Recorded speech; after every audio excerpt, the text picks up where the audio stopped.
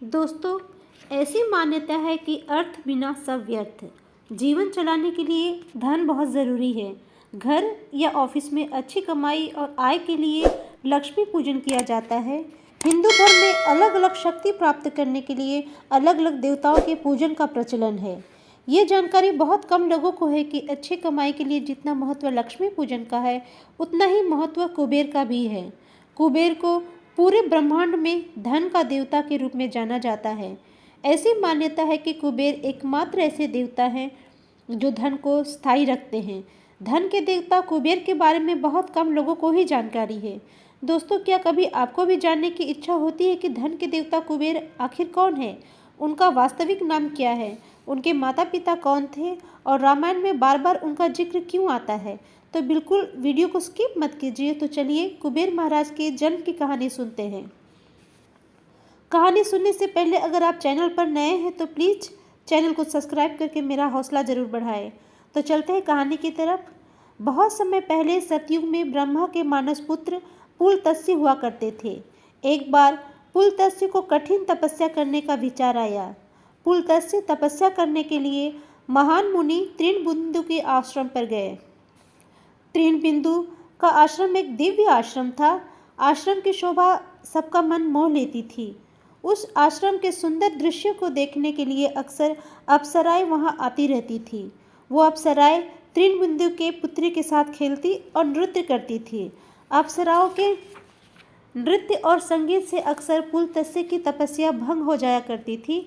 एक दिन पुलत्स्य तपस्या करने बैठे तो फिर वो अप्सराएं वहां आई और नृत्य और संगीत का आश्रम में आनंद लेने लगी। पुलत्स्य का ध्यान भंग हो गया।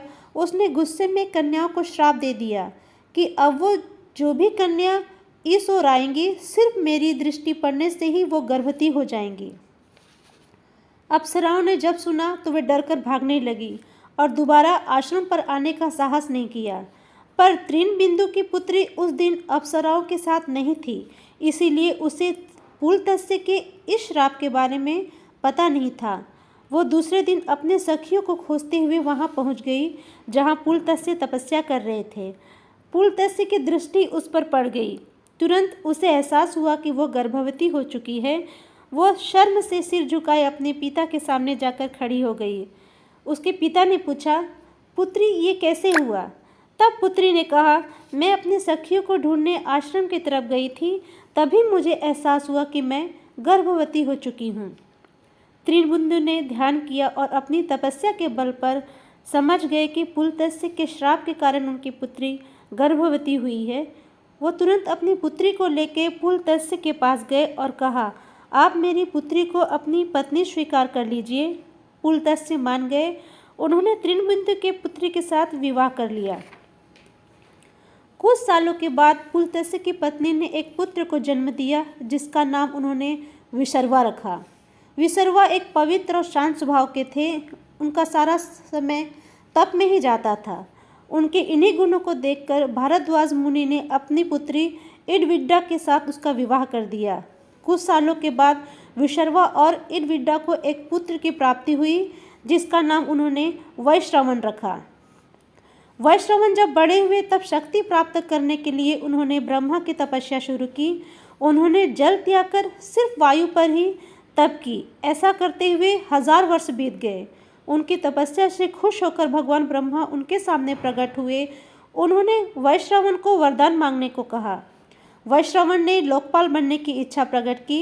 ब्रह्मा ने कहा, आज से तुम इंद्र, यमराज, वरुण के बाद चौथे लोकपाल हो। तुम्हें संपत्ति के देवता का पद दिया जाता है, जिसके कारण तुम्हारा नाम कुबेर होगा।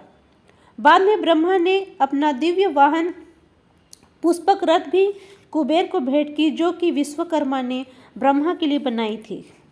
दोस्तों, कुबेर जन्म की ये कहानी आपको कैसी लगी? अगर अच्छी लगी तो प्लीज़ मेरे चैनल को सब्सक्राइब करके मेरा हौसला ज़रूर बढ़ाएं, क्योंकि मेरा चैनल नया है।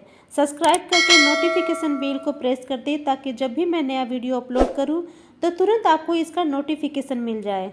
तो फिर मिलते हैं नई वीडियो में। तब तक के लिए जय श्री राम।